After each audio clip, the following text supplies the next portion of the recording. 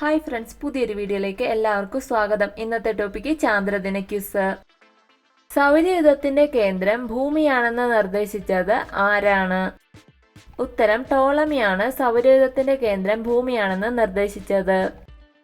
സൗരയൂഥത്തിന്റെ കേന്ദ്രത്തിൽ സൂര്യനാണെന്ന് നിർദ്ദേശിച്ച ജ്യോതിശാസ്ത്രജ്ഞൻ ആരാണ്? ഉത്തരം നിക്കോളാസ് കോപ്പർനിക്കസ്. മനുഷ്യ ബഹിരാകാശ പറക്കലിന്റെ അന്താരാഷ്ട്ര ദിനം എന്നാണ്? ഉത്തരം ഏപ്രിൽ 12-നാണ് മനുഷ്യ ബഹിരാകാശ പറക്കലിന്റെ അന്താരാഷ്ട്ര ദിനം. ഏറ്റവും കൂടുതൽ കാലം ISROയുടെ ചെയർമാനായി ഇരുന്നത് ആരാണ്? ഉത്തരം സതീഷ് ധവാൻ.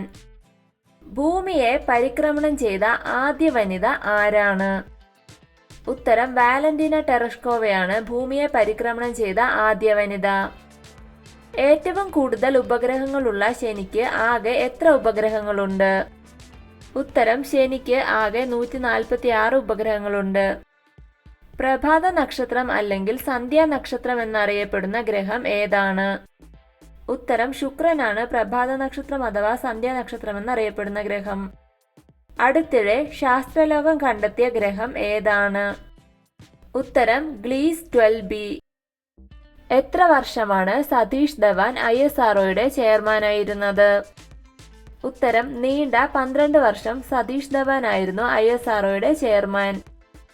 ഇന്ത്യയുടെ സാറ്റലൈറ്റ് ലോഞ്ച് പാഡ് സ്ഥിതി ചെയ്യുന്നത് എവിടെയാണ്? ഉത്തരം ശ്രീഹരിക്കോട്ടയിലാണ് ഇന്ത്യയുടെ സാറ്റലൈറ്റ് ലോഞ്ച് പാഡ് സ്ഥിതി ചെയ്യുന്നത്.